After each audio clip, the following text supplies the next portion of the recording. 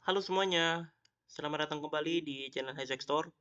Oke, pada video kali ini kita akan lanjutkan kembali pembelajaran kita tentang matematika diskrit.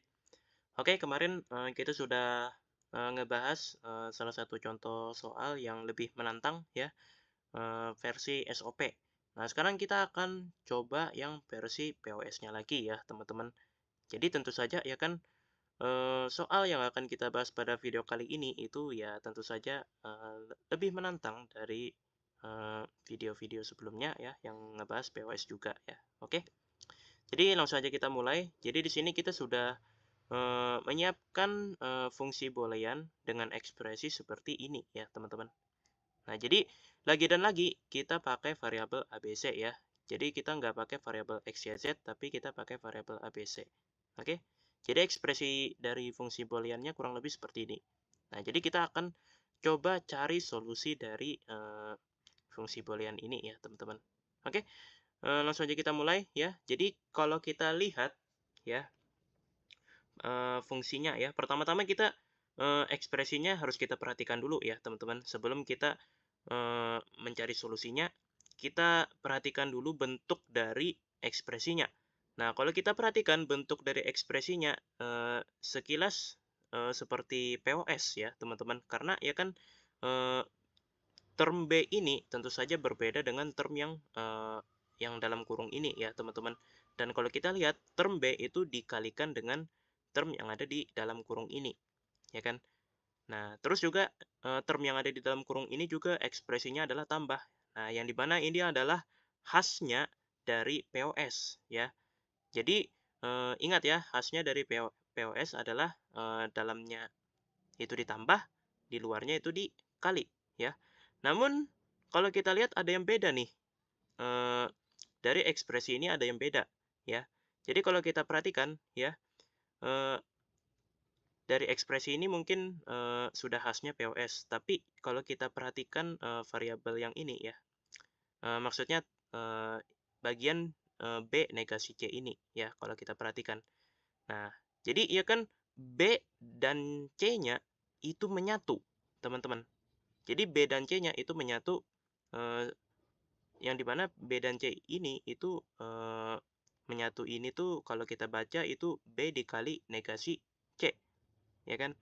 Nah, yang dimana ya ini merupakan khasnya dari SOP, ya. Jadi kalau dari luar mungkin khasnya POS, tapi kalau di dalam kurungnya sini itu khasnya dari SOP, ya kan? Nah, jadi ya kan apa namanya? Term dari A ini itu beda dengan term yang ada di B negasi C ini ya, teman-teman. Nah, gitu ya kan. Jadi ya kan karena B dan negasi C ini itu dikali ya kan, kemudian ditambah dengan A ya kan, maka ini merupakan ekspresi dari SOP ya, teman-teman. Nah, oleh karena itu kita akan ubah dulu bentuk dari SOP ini ya kan, itu menjadi POS. Nah, caranya ya kan tentu saja berbeda ya kan dengan SOP ya kan, antara ya tentu saja beda ya kan dengan yang kita bahas pada video kemarin, yang di mana pada video kemarin kita mencoba mengubah ekspresi POS menjadi SOP. Nah, kali ini kita akan mencoba mengubah dari SOP menjadi POS. Tentu saja berbeda ya, teman-teman. Nah, jadi caranya itu kita akan gunakan ya yang namanya hukum distribusi ya, teman-teman. Nah, jadi ya kan di sini kan kalau kita lihat ya di luar kurung sini ya kan itu kan ada B ya, sendirian nih, seorang diri ya kan. Nah, kemudian di dalam kurung sini itu ada A ya, ada term A, ada term B negasi C. Nah, seperti itu. Nah, jadi kita bakal kalikan aja ya, kalikan B ke A ya kan, B ke B dan B ke negasi C. Nah, seperti itu ya, teman-teman. Nah, begitu juga dengan A-nya ya, teman-teman. A-nya juga ya kan kita gunakan hukum distribusi ya, teman-teman. A-nya untuk B ya kan, dan A-nya juga untuk negasi C. Nah, seperti itu. Nah, jadi hasilnya itu kurang lebih seperti ini ya, teman-teman. Pertama ya kan pertama-tama ya kan kalau kita lihat di sini ada ada A ditambah B ya, term A ditambah B ya kan. Ini adalah hasil dari B dikali A dan juga A dikali B.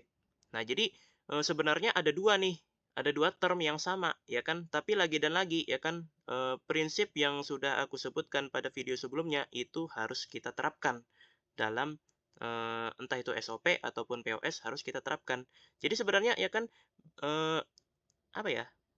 Sebenarnya ya kan ada dua gitu ya kan, ada dua term gitu ya kan yang sama gitu ya kan, yaitu term A ditambah B ya kan. Tapi karena ya lagi dan lagi kita gunakan prinsip tersebut ya, maka ya kan salah satunya aja yang kita ambil ya kan, satunya kita buang. Jadi ya kan A ditambah B-nya cuma satu di sini ya kan. Nah, gitu ya teman-teman. Jadi kita sudah ketemu nih ya kan satu term yaitu A ditambah B ya kan. Nah, kemudian ya kan B ini itu dari B dikali B ya kan. Nah, B dikali B adalah BB ya kan. Nah, dan karena BB itu sama aja dengan B, maka kita sederhanakan jadi B doang. Seperti ini ya. Jadi B-nya kita tinggal seorang diri ya kan. Karena ya B kan ya kan sama aja gitu kan. Sebenarnya bukan BB sih, tapi B ditambah B gitu ya kan. Tapi kita sederhanakan juga gitu ya kan. Jadi B gitu ya kan. Jadi bukan BB sih, tapi B ditambah B ya sebenarnya ya kan. Tapi kita sederhanakan aja jadi B seperti ini. Kemudian kita kalikan ya kan B dengan negasi C ini ya kan. Nah, hasilnya adalah B ditambah negasi C. Nah, seperti ini. Nah, kemudian ya kan si A ini ya kan, si A ini itu kita apa ya, kita kalikan dengan B. Nah, hasilnya adalah A ditambah B. Tapi sudah ada ya kan. Nah, sudah ada ya kan di sini ya kan. Jadi kita skip ya kan. Nah, terus ya kan karena di skip ya kan kita lanjut deh ya kan A dikali dengan negasi C. Nah, hasilnya adalah A ditambah negasi C seperti ini. Nah, jadi bentuknya sudah POS nih, ya kan? Nah, kalau bentuknya sudah POS seperti ini, ya kan, baru setiap termnya itu kita selesaikan, ya. Dimulai dari term A ditambah B dulu. Nah, A ditambah B ini kekurangan apa? Kekurangan C, ya kan? Ya udah kita tambahkan dengan C, ya. Nah, seperti ini, ya.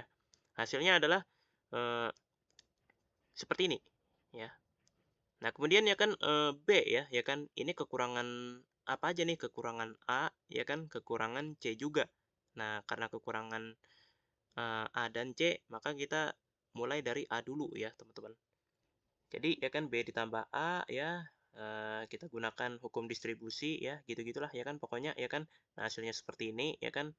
Nah, terus ya kan ini juga ya kan kalau misalnya sudah ya kan apa ya termnya sudah ya kan ditambah dengan B ya kan baru ya kan ditambah dengan C lagi ya kan keduanya ya kedua termnya ya kan. Nah, sehingga ya kan totalnya ada 4 term yang kita hasilkan. Nah, seperti ini. Oke, kemudian kita lanjut lagi ke B ya, B ditambah negasi C ya kan. Nah, jadi ya kan kalau kita lihat ya di sini dia kekurangan A. Nah, maka ya kan kita tambahkan dengan A. Nah, seperti ini ya. Nah, dan hasilnya adalah kurang lebih seperti ini. Ya, setelah ditambahkan dengan A. Dan yang terakhir, itu adalah term A ditambah negasi C. Nah, seperti ini ya, teman-teman. Nah, jadi dia kekurangan B, maka kita tambahkan dengan B. Ya, dan hasilnya adalah kurang lebih seperti ini. Oke? Nah, kalau misalnya sudah dapat nih semuanya nih, ya, semua solusinya kita sudah dapat ya, term-term yang udah lengkapnya udah ketemu nih, ketemu semua ya. Seperti ini ya kan. Maka lagi dan lagi kita akan pilih-pilih nih, kita akan seleksi nih ya kan menggunakan prinsip yang kita pakai di awal video tadi ya kan untuk mengubah SOP jadi POS ya. Jadi yang ada terduplikasi itu kita ambil salah satunya, sisanya kita buang. Nah, seperti ini ya, teman-teman. Oke, jadi misalnya di sini term yang A ditambah B ditambah C ini ada juga ya kan, A ditambah B ditambah C ya kan. Nah, jadi ada 2 ya kan, jadi kita ambil salah satunya aja. Oke, satunya kita buang. Nah, dan kurang lebih, setelah kita seleksi ya, menggunakan prinsip yang kita pegang terus ya kan dalam SOP maupun POS ya, hasilnya adalah kurang lebih seperti ini ya teman-teman. Nah, eee, jadi solusi dari fungsi boolean kali ini itu ada sebanyak 5 term ya, teman-teman. Nah, jadi seperti ini, oke?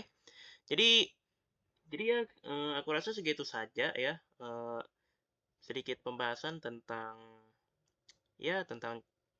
soal POS yang tentu saja, lebih menantang dari, soal POS sebelumnya ya. Jadi, gimana nih teman-teman sampai sini? Apakah teman-teman tertantang ya? Nah, jika teman-teman tertantang ya, lagi dan lagi aku, ucapkan selamat ya. Berarti teman-teman, udah mulai paham nih, udah mulai menguasai nih tentang, kanonik nih, tentang SOP dan juga POS. Sehingga teman-teman, tertantang untuk menyelesaikan lebih banyak soal latihan yang lebih sulit ya, teman-teman. Nah, mungkin kalau misalnya teman-teman pengen latihan lagi ya, untuk soal yang lebih sulit lagi, teman-teman bisa coba cari dari berbagai sumber ya, sedangkan dari aku sendiri itu cuma, menyediakan latihan soal sampai sini doang ya, teman-teman. Karena setelah video ini selesai ya, video berikutnya, kita akan lanjut ke, eee, peta Karnaug ya, teman-teman. Nah, yang di mana peta Karnaug ini juga merupakan, materi terakhir kita dalam matematika diskrit ini ya, teman-teman. Oke? Jadi aku rasa segini dulu ya pembahasan kita ya. Tak lupa aku ucapkan terima kasih pada teman-teman sekalian yang sudah mau menonton video ini sampai selesai. Dan yap, sampai jumpa lagi di video-video berikutnya. Dadah!